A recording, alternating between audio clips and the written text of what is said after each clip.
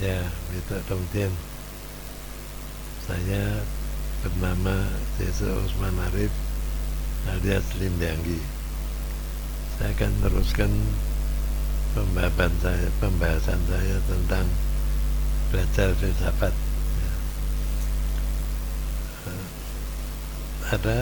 Saya akan membahas ukuran panjang, itu dasarnya apa?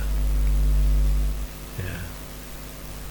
Orang sekarang pakai ukuran 1 meter, 1 sentimeter, 1 kilometer, ya. Itu dasarnya apa? Lalu ada ukuran inci, 1 kaki, 1 inci, dan seterusnya. Itu dasarnya apa?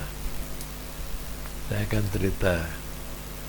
Saya akan mulai dengan ukuran 1 inci. 1 inci itu diambil dari jari,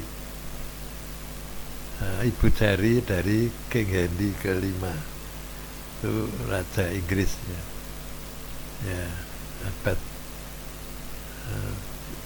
abad kurang jelas saya abad berapa, tapi sekitar 10 abad 10-an, ya. King Henry ke-5 itu dipakai ukuran 1 inci, itu ibu jarinya King Henry ke-5. Lalu diputuskan itu patokan 1 inci, kemudian 1 kaki dan sebagainya, mengikuti aturan dari 1 inci itu tadi.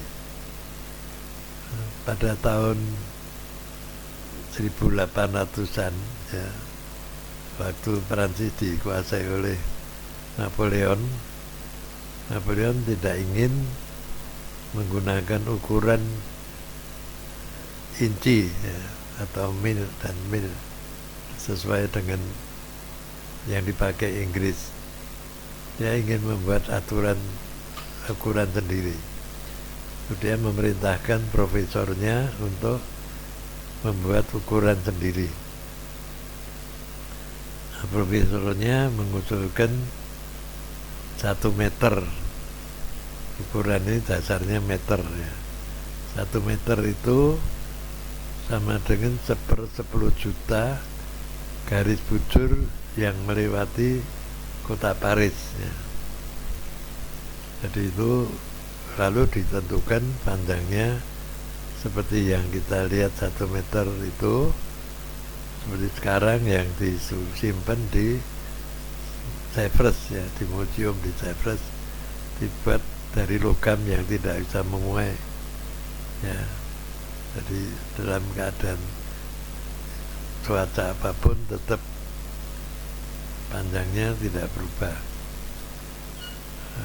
75 tahun kemudian, setelah Napoleon sudah wafat, ya, Profesor Prancis meneliti kembali 1/10 juta garis yang huruf bujur yang lewati Paris itu ternyata tidak seperti 1 meter yang disimpan di Sevres itu, tapi jauh lebih panjang, ya.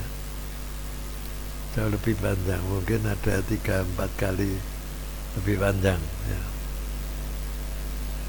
Lalu bagaimana pemerintah Prancis tetap tidak merubah ukuran meter, ya, seperti yang sudah ditetapkan, seperti yang disimpan di Sevres itu. Sebab kalau diganti lagi maka akan terjadi kekacauan, ukuran ganti semua, ya. Oleh karena itu ukuran itu tetap dipertahankan meskipun itu tidak cocok dengan 1/10 juta garis bujur yang lewati Paris. Tapi itu sudah ditentukan. Jadi ukuran itu, ya, tidak ada dasarnya, ya. Ukuran meter itu akhirnya tidak ada dasarnya, ya, karena sudah ditentukan lalu dipertahankan demi untuk kelancaran kegiatan manusia, ya, tidak kacau, ya. Seperti halnya 1 dim atau 1 inci, maksud saya 1 inci tetap dipakai ukuran yang sama, yaitu sama dengan ibu jari kaki indri kelima, tidak berubah, ya. Jadi itu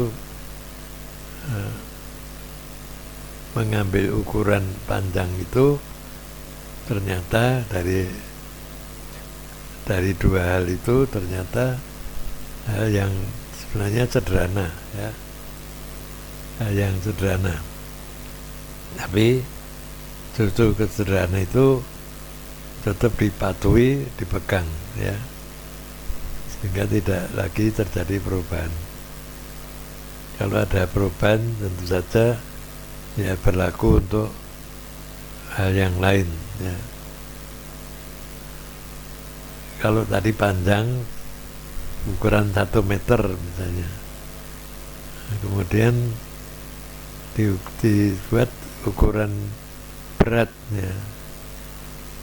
Jadi 1 liter itu 1 liter air 1 liter air, ya, sama dengan berat 1 liter air itu, 1 liter itu adalah ukuran volume, ya. Jadi ukuran volume. Kemudian air yang volumenya 1 liter, beratnya 1 kilo, ya. 1 kilogram, ya, maka tadi ukuran, ya, itu untuk air, ya. Demikian ukuran-ukuran itu disesuaikan dengan panjang tadi, ya, ukuran panjang, kemudian luas itu panjang lebar, kalau volume panjang kali lebar kali tinggi, kemudian volume diukur dengan air, ya, 1 liter air sama dengan 1 kilogram air, sama, itu sebagai ukuran. Itu gambaran bahwa ketentuan itu meskipun tidak sesuai, ya, yaitu tadi dengan harapan yang pertama, ya, seperti 1 meter seper 1 juta garis bujur yang lewat baris, tapi itu tetap dipakai dan tidak akan mengganggu daripada itu dirubah. Dalam kehidupan manusia sering mencari, ya, dasar yang paling dalam, ya, segala sesuatu minta kepastian, ya, ada dasar yang pasti, ya. Tapi tidak semua hal bisa dipenuhi, ya, apa yang paling pasti itu, ya. Masalah keadilan misalnya, keadilan itu yang ukuran adil itu seperti apa, itu juga tidak mudah untuk mencari ukuran, tidak ada ukurannya, ya, adil. Yang adil itu yang seperti apa? Untuk mengukur cinta kasih juga tidak ada ukurannya, ya, itu semua adalah satu perasaan, ya, hubungan antara manusia dengan manusia berdasarkan perasaan. Jadi orang menyukai seseorang itu hanya bisa dirasakan, ya. Demikian pula keadilan itu juga hanya rasa, jadi tidak ada ukurannya. Seperti air 1 kilo, ya, 1 liter air ditimbang sama dengan 1 kilo air. Tidak seperti itu. Dalam kehidupan manusia banyak hal yang justru dasarnya adalah pada kesadaran manusia kepada kualitas manusianya, pada kemampuan manusia. Dari dalam hal ini hal yang subjektif itu banyak terjadi, ya. Dan dalam kehidupan manusia perlu memahami adanya subjektivitas itu. Manusia itu punya perasaan, punya subjek, ya, punya kehendak, punya keinginan, punya angan-angan. Nah, banyak hal yang tidak sama ukuran tiap orang terhadap satu masalah. Ya, apakah itu keadilan, apakah itu cinta kasih, apakah itu kebenaran. Tidak ada ukuran yang pasti. Banyak hal yang berdasarkan subjektivitas, ya. Nah, disitulah hubungan manusia perlu dipikirkan. Ada keadilan menurut hukum, ya. Hukum itu ilmu yang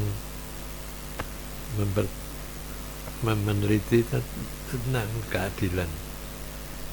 Tapi keadilan hukum tidak sama dengan rasa keadilan bagi manusia.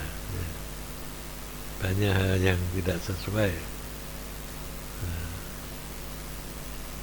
Tidak sesuai. Oleh karena itu orang tidak bisa menggunakan ukuran yang kaku, ya, menggunakan ukuran yang kaku untuk menilai sesuatu, ya, terutama dalam menjalani kehidupan di dunia nyata. Semuanya ada pertimbangan situasional, kondisional, ya, dan situasional yang harus dipertimbangkan, sehingga orang punya pertimbangan yang luas, yang tidak mudah untuk dijelaskan atau diperdebatkan. Nah, itu hal yang perlu kita perhatikan, supaya dalam masyarakat itu terjadi keharmonisan. Orang harus berpikir tidak hanya satu arah atau dari satu sudut, tapi harus mempertimbangkan sudut-sudut yang lain, ya, sudut-sudut orang lain, sehingga hubungan antar manusia itu bisa lebih baik, lebih damai. Disitulah perlunya orang belajar budaya. Budaya ukurannya bukan matematik, ya, tetapi ukurannya adalah nilai yang tergantung situasi dan kondisi, dan selalu berubah, ya, selalu berubah, karena kondisi dan situasi di alam semesta ini selalu berubah, ya.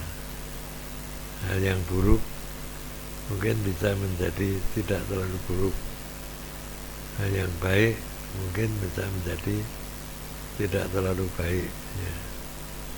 Sudah sebaliknya, itu semua bergantung pada situasi dan kondisi